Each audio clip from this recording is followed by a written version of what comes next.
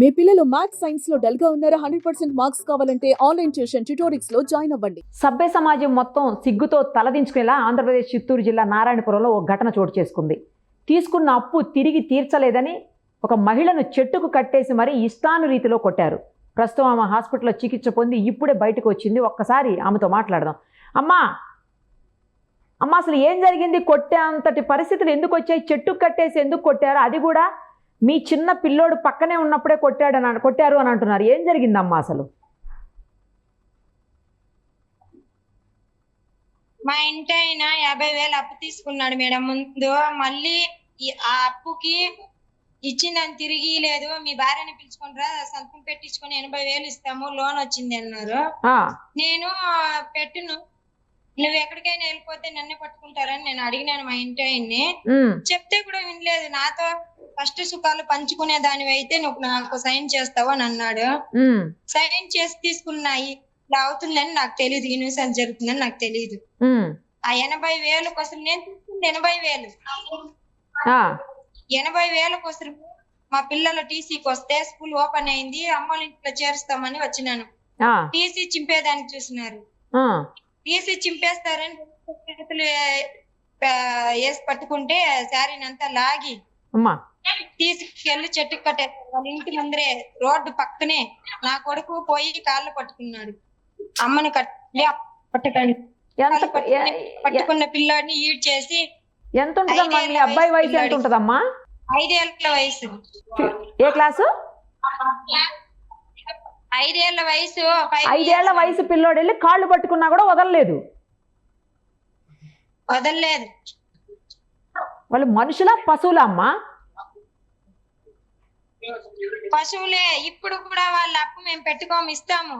మాకుండే అప్పుని ఇల్లు ఉంది, కట్టిండే ఇల్లు, దాని అమ్మమని ప్రెజర్ చేసేవాళ్ళు సంవత్సరం క్రితం.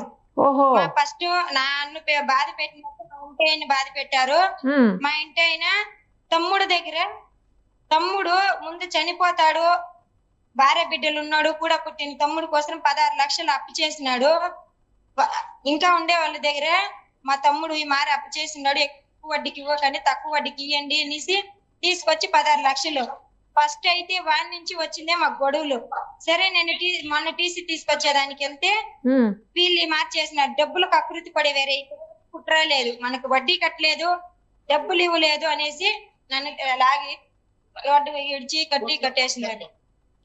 లాగి రోడ్డు మీద ఈడ్చుకొని వెళ్ళాడా?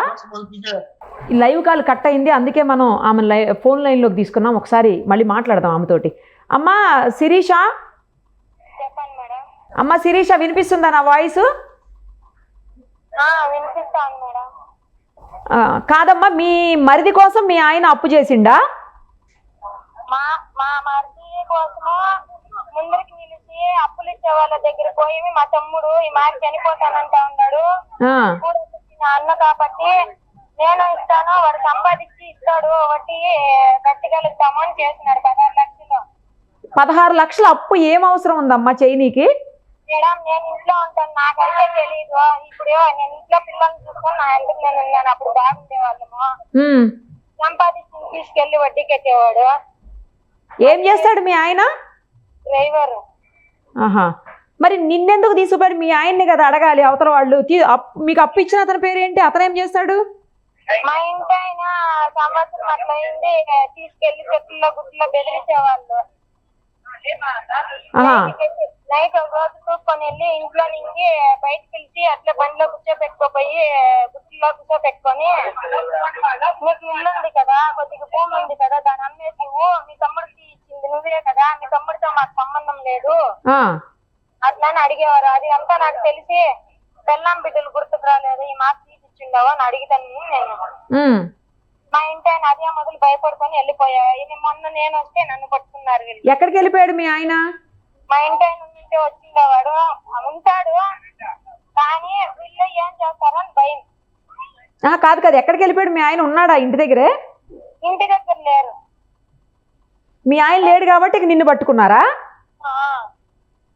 ఓహో. చెప్తానే ఉండాను మేడం, చాలా ఆరోగ్యము చేయకండి వద్దు అని చేతులు ఎదిలిస్తూనే ఉండాను. అయినా వినలేదు. ఇప్పుడు కూడా ఎవరి డబ్బులు మేము పెట్టుకోము, నేను ఎంతో కొంత సంపాదించి వాళ్ళు ఎలా ఇచ్చారో డబ్బులు కట్టాను. మరి నువ్వు చెప్పలేదమ్మా నీ డబ్బులు నీకు తిరిగి ఇస్తాను కొంచెం టైం ఇవ్వు అని చెప్పలేదా నువ్వు? అనుకున్నాను. వీడియోలు చూడండి, వినండి మేడం. అవును. ఈ డబ్బులు మహిళా సంఘం వస్తే ఇచ్చేస్తాను.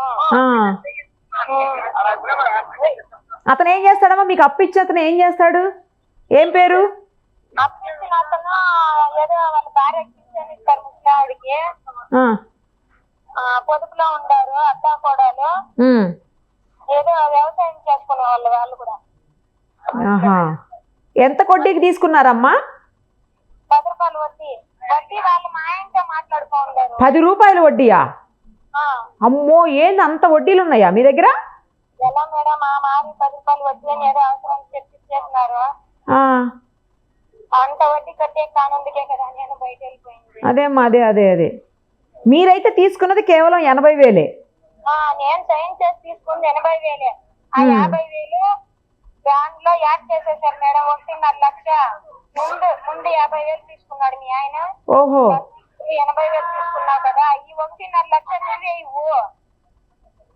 వాడు వెళ్ళిపోయినాడు కదా, వాడు వెళ్ళిపోయిన తర్వాత నువ్వు ఉన్నావు కదా, ఆ 1.5 లక్ష నువ్వే ఇవ్వు అనేది. నీ దగ్గర ఉండాలి కదా ఈటాకి. అదే మేడం ఇస్తాను మేడం. ఇప్పుడు కూడా మహిళా సంఘం వస్తుంది కడతా ఉన్నాను. మా కొడుకుని పక్కకి లాగేసి మరి ఇంత దాని చేశారు మేడం. అంత దారుణమైన పైన. ఇంత చిన్న పిల్లోడు కదమ్మా నీ కొడుకుని. ఆ పిల్లోడిని ఎందుకు కొట్టినారు? ఆ పిల్లోడికి ఏం తెలుసు అసలు? ఆ పిల్లోడు తప్పేముంది?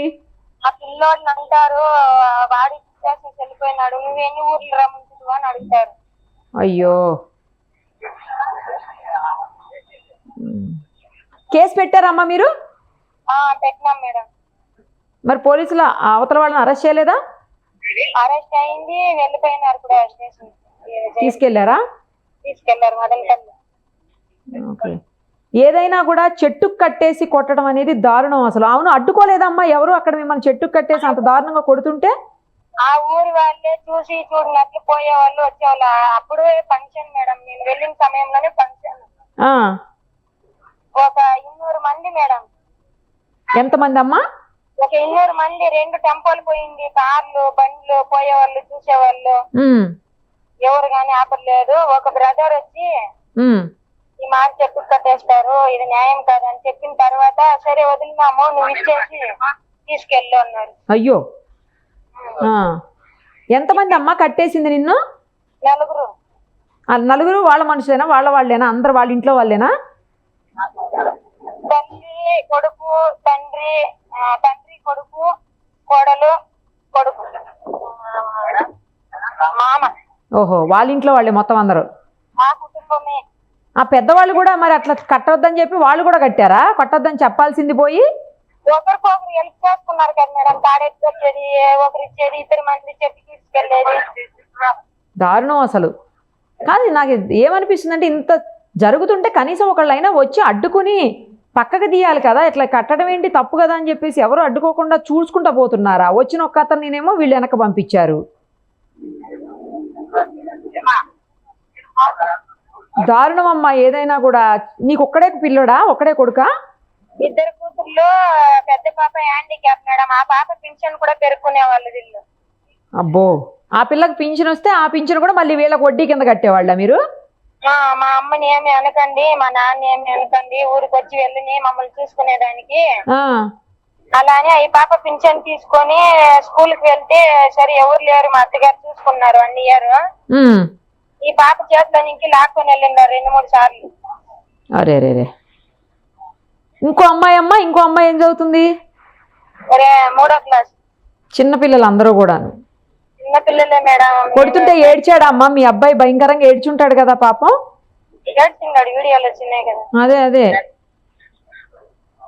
కానీ ఆ పిల్లోడు బతిమలాడినా కూడా కాళ్ళు పట్టుకున్నా కూడా వదలలేదంటే అసలు వాళ్ళు మనుషులా ఏంటి? నాకేం అర్థం అవట్లేదు అసలు. మనుషులు కాదు మేడం, ఊరికే పెద్ద రౌడీసులు మేడం వాళ్ళు. అమ్మో, కానీ ఘోరం అమ్మ. చాలా దారుణమైన పరిస్థితి ఎదుర్కొన్నారు మీరు. కనీసం మహిళగానన్నా వాళ్ళు చూడలేదు. నా పిల్లల కోసమే మేడం ఇన్ని బాధలు పడతా ఉండేది మేడం. చిన్న మా ఇంటి అయినా లేరు. నా పిల్లల భవిష్యత్తు, నా పిల్లల లైఫ్ ఎవరు చేతుల్లో పెట్టాలి మేడం? అదే అమ్మా, చిన్న పిల్లలు వాళ్ళ ముందు మిమ్మల్ని ఇలా చేయటం అసలు ఆడవాళ్ళు మీరు ఏంది? వాళ్ళు ఎందుకు అట్లా? డబ్బు అహంకారంతో మేడం. అదే అప్పు తీసుకున్నంత మాత్రాన తప్పుడోళ్ళు అయిపోతారా? కాదు కదా. అంత పెద్ద ఏం తప్పు చేశారని మీరు చెట్టుకు కట్టేసి కొట్టారో నాకు ఇప్పటికీ అర్థం కావట్లేదు. అసలు చెట్టుకు కట్టేసి కొట్టే అంత తప్ప మీరు చేసింది అప్పు తీర్చకపోవడం. సరే అమ్మా, మీరైతే కేసు పెట్టారు కదా, ఇప్పుడు మీకు న్యాయం జరగాలని జరుగుతుందని ఆశిద్దాము. మీకు ఇప్పుడు ఆరోగ్యం బాగానే ఉందా? హాస్పిటల్ అడ్మిట్ చేసినట్టున్నారు కదా మిమ్మల్ని, ఇప్పుడు బాగానే ఉందా? బాగానే ఉంది. పిల్లల కోసం పోతా ఉన్నాను, పిల్లలకి అడ్మిషన్ కదా చేర్చాలని. అదేలేమ్మా, మళ్ళీ పిల్లల కోసం చూడు, ఎంతసేపు నువ్వు పిల్లలు పిల్లలు పిల్లలు అని చెప్తూనే ఉన్నావు అప్పటి నుంచి కూడాను. సరేమ్మా, జాగ్రత్త. నాకు తెలిసి ఇంకొకసారి ఇలాంటి పని జరగకపోవచ్చు, జరగదు కూడాను. పోలీసులు గట్టిగా చర్యలు తీసుకుంటారు. ఆ తర్వాత కోర్టు నుంచి కూడా సరైన న్యాయం మీకు జరుగుతుందని, జరగాలని ఆశిస్తున్నానమ్మా. థ్యాంక్స్ అమ్మా. సరే మేడం.